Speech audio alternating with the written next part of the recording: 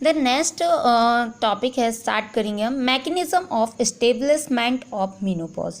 अब हम इसका मैकेनिज्म देखेंगे कि मीनोपॉज होता कैसे है, किस कंडीशन, मतलब क्या क्या होते हैं बॉडी में जिसके कारण मीनोपॉज होता है।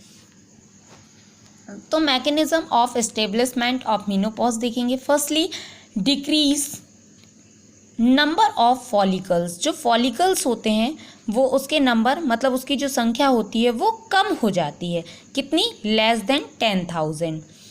देन सेकेंड है, so resistance against follicle stimulating hormone.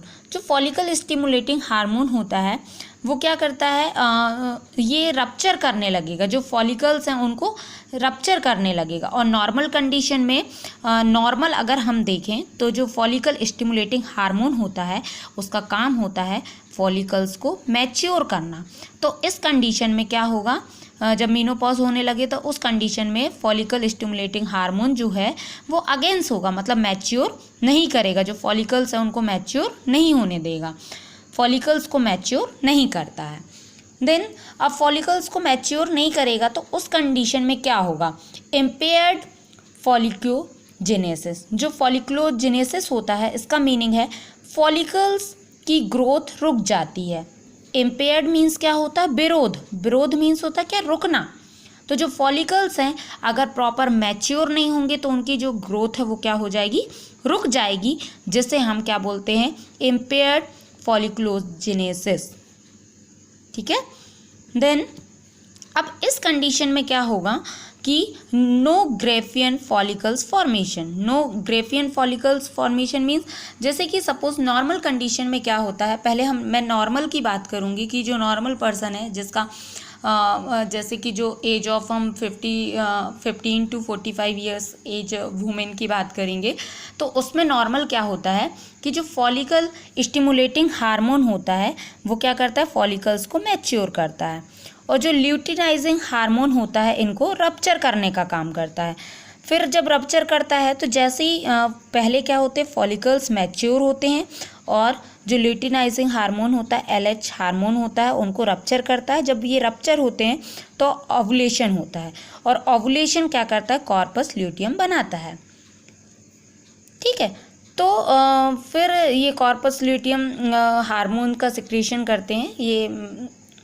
तो नॉर्मल जब ओवुलेशन का फॉर्मेशन नहीं होगा, क्यों नहीं होगा, क्योंकि जो फॉलिकल्स हैं उनकी ग्रोथ रुक जाती है तो ओवुलेशन नहीं होगा। तो नो ग्रेफियन, जो फॉलिकल्स हैं वो प्रॉपर फॉर्मेशन नहीं होंगे।